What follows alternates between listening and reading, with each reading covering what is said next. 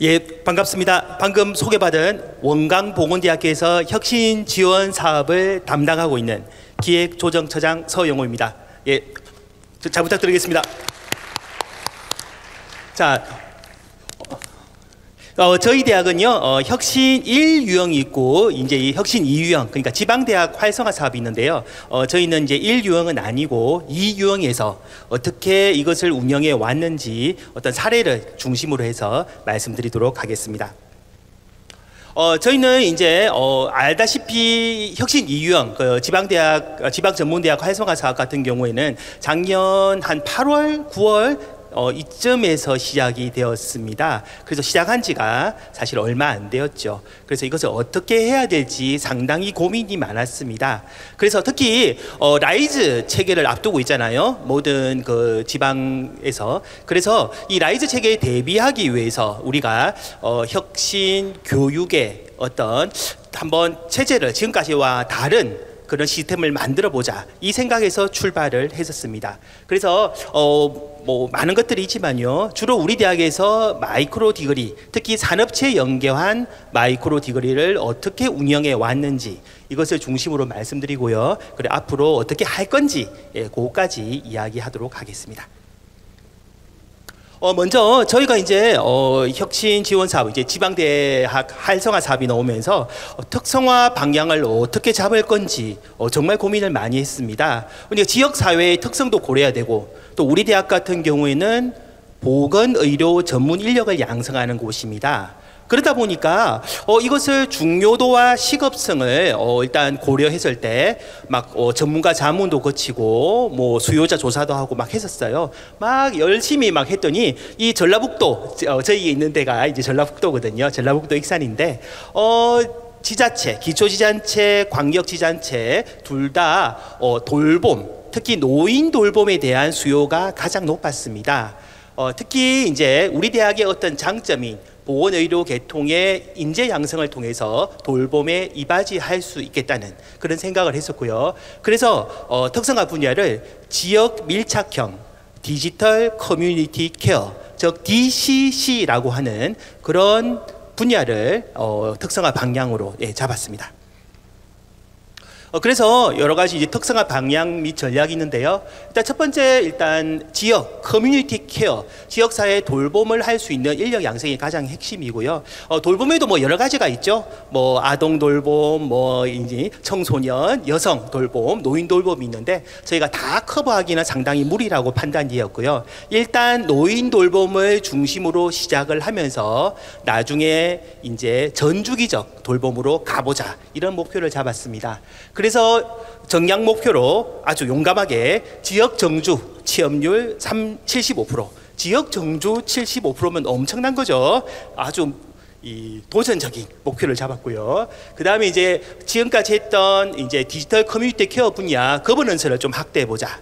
그리고 관련 산업체의 어떤 만족도를 높여보자, 이런 목적을 가지고 시작을 했습니다.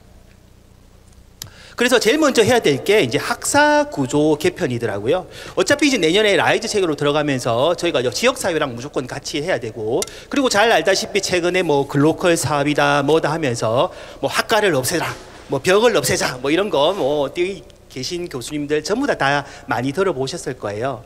그러다 보니까 우리도 뭔가 좀 해야 되겠는데 막 처음에는 흔히 말하는 좀 담대한 혁신 막 이런 쪽으로 막 크게 막 생각하다가 이건 아니야, 너무 그러면 안 돼 하면서 우리 대학이 할 수 있는 부분에 집중을 하기로 했습니다. 그래서 특히 산업체 요구들이 있잖아요. 그래서 산업체 요구를 반영해서 그것을 어떤 좀 수준 높은 컨텐츠를 구성해서 마이크로 디그리를 운영을 해보자, 이것이 나왔고요. 두 번째는 이것을 좀 잘하려고 하니까 학사 구조를 좀 유연하게 해야 되더라고요. 그래서 전반적으로 어떤 다양한 유연 학사 제도를 운영할 것을 정해서 진행하게 되었습니다. 여러분들 아마 여기 보건의료 계통, 특히 간호학과, 뭐 물리치료과 뭐 많이 있겠지만 그런 그런 분야에 있는 교수님들은 사실은 면허증이 중심이에요. 특히 간호학과는 간호인증평가 하면 뭐 거의 신적인 아주 중요한 부분이고 그러다 보니까 딴 거를 사실 잘 안 하려고 하시는 경향이 있는 분도 있어요. 물론 안 그런 분도 있지만 그러다 보니까 그분들은 이제 우리 졸업장 따면 되지 뭘 해 이렇게 많이 이야기를 하시더라고요. 그렇지만 이제 실제 어떻게 우리가 지역사회랑 연계해서 뭔가 학생들이 1이 아니라 1 플러스 0.5 정도 더해서 1.5를 가져갈 수 있는 그런 학생을 만들자고 좀 설득을 했죠. 일단 그러다 보니까 마이크로 디그리 운영 계획을 내세웠고요. 그래서 저희가 학생학 규정을 개정하고 그 다음에 마이크로 디그리에 대한 어떤 설계와 디자인 작업을 하고 관련 지원 부분을 지원센터도 만들고 구성을 했습니다. 자, 그래서 이거는 이제 학사제도 유연화의 하나의 예시라고 볼 수 있는데요. 저희가 지금 저희 대학교도 사실 좀 보수적인 편입니다. 그래서 1학기, 2학기 그리고 중간에 여름 학예학기, 동계학기 이렇게만 있습니다 현재. 근데 그런 걸 좀 탈피해서 여름 학예 학기, 학예 방학, 그 다음에 동계 방학을 DCC 학기로 만들자 해가지고 1년에 최대 학과가 원하면 4학기까지도 운영할 수 있도록 하자.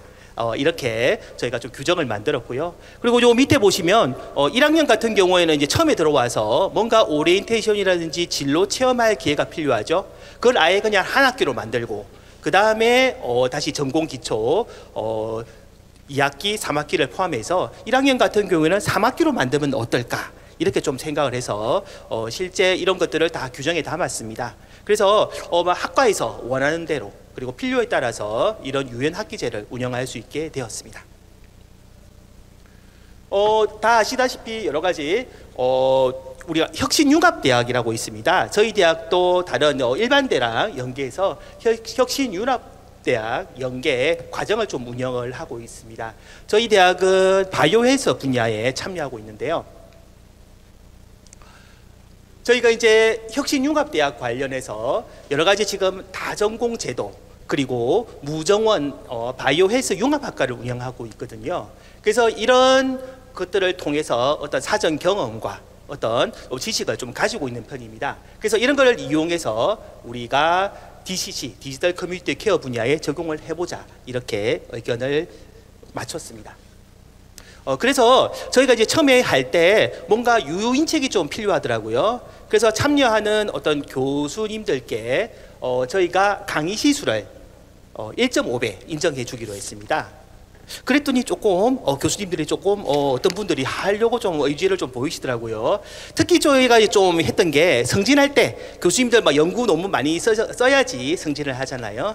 근데 저희가 이제 이 관련 분야, DCC 관련 분야 교육과정을 개발하면 만약에 3학점짜리 하나를 개발하면 이것을 논문 한 편 100%로 인정해주는 그런 제도를 또 만들었습니다. 그래서 이 관련해서 교육과정을 개발하면 논문 한 편과 같으니까 그러니까 좀 학과에서도 사실은 호응도가 좀 높아졌습니다. 그리고 저희가 지금 현재 제가 조금 전에 말씀드린 것처럼 혁신융합대학, 바이오헬스 혁신융합대에서 이 마이크로 디그리를 운영하고 있는데요. 이 과정을 통해서 저희가 지금 다전공 학위를 치러갈 수 있는 제도를 가지고 있습니다. 그래서 올해 같은 경우에는 2023년도 부전공이 7명이 나왔고요. 그리고 마이크로 디그리 이수자가 총 20명이 나왔습니다. 그래서 밑에 보면 관련 학칙과 학사 운영 지침 이것을 보여주고 있습니다. 그래서 관련해서 실제 우리가 운영했던 마이크로 디그리 과정과 참여 학과, 참여 학생들을 나열한 것입니다. 그리고 저희가 이제 마이크로 디그리를 또 학생들이 많이 참여하기 위해서 좀 교육 과정을 한번 그 컨텐츠를 한번 잘 만들어 보자 이런 생각을 했었습니다. 그래서 기존의 어떤 교과목보다 AI, AR, VR 이런 것을 활용해서 실감형 컨텐츠를 대폭 집어넣었죠.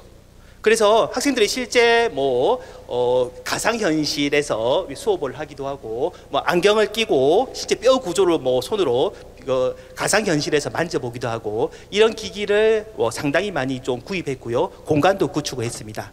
이 결과 실제 이 마이크로 디그리 있는 과목들은 우리 강의 평가 있죠. 강의 평가가 일반 교과목보다 한 0.2에서 0.3 정도 평균이 높은 것으로 나왔습니다. 그러니까 학생들이 원하는 그런 마이크로 디그리 과정을 구성을 한 거죠. 자, 그래서 저희가 이제 1차년도 지금 이제 1차년도 하고 있는데요. 참여학과는 간호학과, 치위생과, 치기공과, 그리고 물리치료과에서 보건의료 계통의 대표적인 학과로 삼았고요. 그리고 2차년도에는 이것을 좀 확대해서 사회복지과와 식품영양과를 넣어서 진행하기로 했습니다. 그래서 실제 디지털 커뮤니티 케어 분야의 어떤 교과목을 구성하는데요. 교과목을 단순히 마이크로 디그리 통으로 잡지 않고요. 일단 4가지 단계별로 교과목을 구성하기로 했습니다. 그래서 처음으로 공통 기초 교과목, 그 다음에 핵심 교과목, 전문 교과, 그리고 실무 교과로 나누어서 과목을 정해서 운영하기로 하였습니다. 이걸 좀 보면요.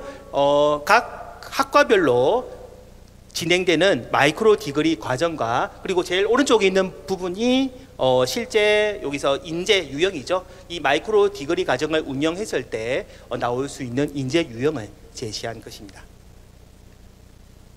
자, 이 간호학과 사례인데요. 요걸 조금 보시면 저희가 운영하고 있는 것을 좀 더 좀 쉽게 알 수 있을 거라고 생각을 합니다. 간호학과 같은 경우에는 이 마이크로 디그리 과정을 2개를 운영하고 있습니다. 저기 보시면 혁신 이용에 나오는 디지털 커뮤니티 케어 분야, 그리고 바이오 헬스 혁신 공유 대학 사업의 시니어 헬스케어, 이 2가지 특성화 분야를 운영을 하고 있고요. 각 이제 교과목을 구성해서 일단 혁신 같은 경우에는 좀 전에 설명한 것처럼 공통 기초, 핵심 교과, 전문 교과, 그리고 현장 실무 교과 이렇게 나누어서 단계적으로 구성이 되어 있습니다. 그리고 이제 마이크로 디그리 명이 하나는 커뮤니티 케어 노인 간호, 그리고 하나는 스마트 시니어 케어, 이 2가지로 나누어서 원하는 학생이 이제 이 중에 하나를 선택해서 마이크로 디그리 과정을 이수를 할 수가 있게 되는 셈입니다. 그래서 많은 학생들이 실제 선택을 해 주었고요. 또 이거 재밌게 좀 진행을 하고 있습니다. 여기 보시면 간호학과에서 이거 2개 다 비슷한 거 아니야? 이렇게 생각할 수도 있는데요. 잘 보면 상당히 다릅니다. 위에 있는 마이크로 디그리 과정은요, 지역사회죠. 지역사회와 연계한 커뮤니티 케어를 제시한 거고요. 밑에 있는 거는 노인의 그 맞춤형 시니어 케어 전문 과정을 나타낸 거죠. 그래서 학생이 자기의 적성이라든지 그다음에 지역사회의 요구에 따라서 마이크로 디그리 과정을 선택해서 본인이 이제 수강 신청을 해서 이수를 할 수 있게 된 거죠. 그래서 이것이 다시 모이면은 이 2가지가 모이면 부전공을 할 수 있게 되는 그런 식으로 운영이 되고 있습니다. 요거는 이제 치위생과 같은 경우에요. 치위생과 역시 유사하게 운영이 되고 있고요. 물리치료과도 마찬가지입니다. 물리치료과도 이렇게 2가지의 마이크로 디그리 과정을 운영하고 있습니다. 그리고 치기공과 같은 경우에는 이번에 디지털 커뮤니티 케어 분야만 마이크로 디그리 과정을 운영하고 있고요. 다음은 이제 성과 관리 체제 부분입니다. 저희가 제가 서두에서 말씀드린 것처럼 이 혁신 이유형, 그러니까 지방대학 활성화 사업 같은 경우에는 이 성과를 과연 어떻게 확산하고 영향력을 미칠 것인가가 상당히 중요한 부분입니다. 그래서 아마 모든 대학에서 다 하실 거예요. 우리 대학처럼, 우리 대학보다 훨씬 잘하는 대학도 많은 걸로 알고 있습니다. 그래서 PDCA로 운영을 하고 있고요. 여기 보시면 제일 오른쪽에 보면 확산 및 환류가 있습니다. 확산 및 환류. 그래서 저희 대학은 PDCA에서 플러스 임팩트를 넣어서 진행하고 있습니다. 그래서 우리가 이 교육 과정을 그리고 산업체 연계 마이크로 디그리 과정을 운영했을 때 어떻게 지역 사회에 영향을 미치며 지역 주민들의 삶이 어떻게 달라졌는지 이 부분을 좀 정량적으로 측정해서 제시를 하려고 합니다. 그래서 관련 좀 정책 연구도 진행 중이고요. 사실 이 부분이 우리 혁신 이용에서는 매우 중요한 부분이 될 것이라고 생각을 하고 있습니다.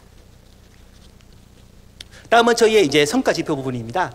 일단 교육 운영 혁신 지수, 그리고 교육 여건, 그리고 지역 정주형 인재 양성, 혁신 지수로 이렇게 나누어지고요. 교육 운영 혁신 지수 같은 경우에는 유연 학사 제도, 그리고 교수 학습, 수요자 만족도 조사 이런 것이 포함되고요.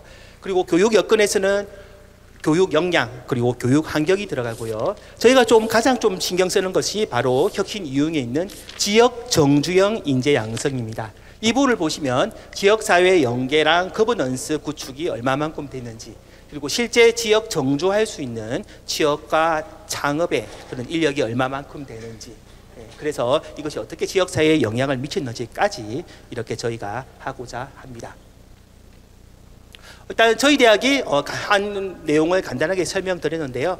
저희가 이제 혁신 유형을 하면서 가장 생각 많이 했던 게 아까 제일 처음 말한 것처럼 라이저 체계에서 우리 대학이 어떻게 인재 양성 유형을 정하고 어떻게 교육을 시키고 어떻게 사회에 진출시킬 건지 이 부분을 계속 고민을 해왔습니다. 그리고 이 부분은 사실 진행형이죠. 그래서 저희도 사실은 보건의료계통 전문 대학으로서 요거 저희가 면허증 취득학과 학생들을 어떻게 교육시킬지 아직 좀 고민이 많습니다. 과연 이 학생들이 과연 사회에 나가서 진짜 어떻게 될지 좀 궁금하기도 하고요. 하지만 이것이 하나의 또 대학의 어떤 혁신을 이끄는 힘이라고 생각을 합니다. 그래서 저희 대학이 한 혁신 지원 사업 2유형 그리고 지방 전문대학 활성화 사업에 대해서 설명 마치도록 하겠습니다. 예, 감사합니다.